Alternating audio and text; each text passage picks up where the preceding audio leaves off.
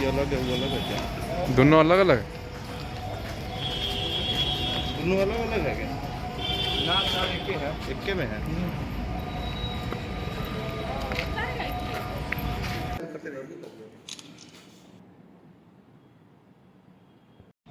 Sir बताइए जैसे क्या 8 अप्रैल 2024 को साइबर थाना को इनपुट प्राप्त हुआ था।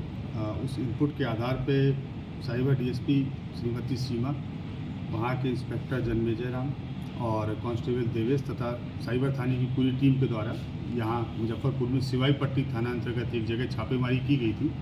वहाँ से 4 अपराध कर्मियों की गिरफ्तारी की गई है, जिसमें से एक का नाम आयुष है, दूसरे का नाम रवि है, तीसरे का नाम निशांत है और चौथे का नाम हिमांशु है।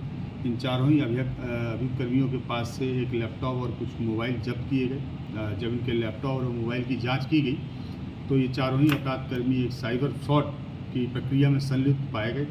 इन चारों अपराध कर्मियों की निशानदेही के आधार पर सीमावर्ती जिला मोतिहारी है, वहाँ पे छापेमारी की गई।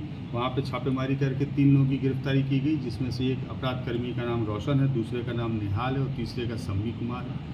इन तीनों के पास से काफ़ी बड़ी मात्रा में एटीएम कार्ड्स, डेबिट कार्ड्स, विभिन्न बैंकों के पासबुक, चेकबुक और मोबाइल्स बरामद हुए। कुछ रजिस्टर्स भी बरामद हुए, जिसमें बहुत लंबा हिसाब किताब है। इसके उपरांत फिर बेतिया ज़िले में भी रेड की गई। वहाँ से 4 अपराध कर्मियों की गिरफ्तारी की गई है, जिसमें से एक का नाम मुरारी है, दूसरे का नाम नवीन है, तीसरे का नाम राजकुमार है। इस प्रकार से कुल 11 अपराध कर्मियों की गिरफ्तारी की गई है। इन 11 अपराध कर्मियों के पास से लगभग 93 लाख रुपए को हम लोगों ने अभी फ्रीज कराया है, जो साइबर फ्रॉड की मनी है। और ये इनके कनेक्शन जो है वो लगभग 3 से 4 देशों के साथ थे, जहाँ से डिफरेंट जगह से कॉल आती थी।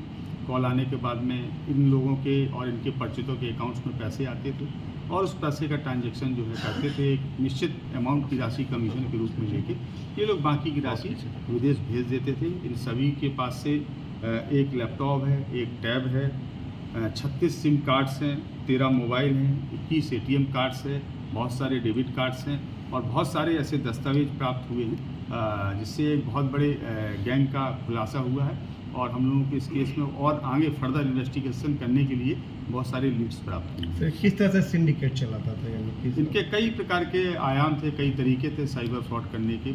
कई बार मल्टीनेशनल कंपनियां हैं, ये उनकी फर्जी वेबसाइट्स तैयार कर लेते हैं उनसे मिलते जुलते नामों के आधार पे, और उनकी फ्रेंचाइजी या उन कंपनियों को लीज पर लेने के लिए लोगों को लोग लुभावने अवसर देते हैं। लोग उसमें पैसा अपना डाल देते हैं, बाद में उनको पता लगता है कि हम साइबर फ्रॉड के शिकार हो गए।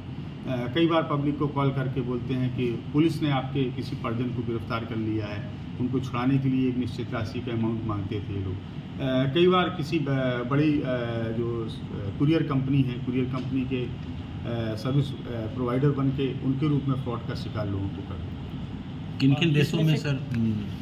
चूँकि अनुसंधान प्रभावित नहीं हो, इसलिए अभी उन देशों का जिक्र करना ठीक है। इनमें से कोई इसका मास्टरमाइंड? हाँ, इसमें से 2 अभियुक्त हैं जो जिनका आपराधिक इतिहास भी है, वो पूर्व में भी जेल गए हैं, जिसमें से एक अभियुक्त का नाम नवीन है और दूसरे का नाम मुरारी है।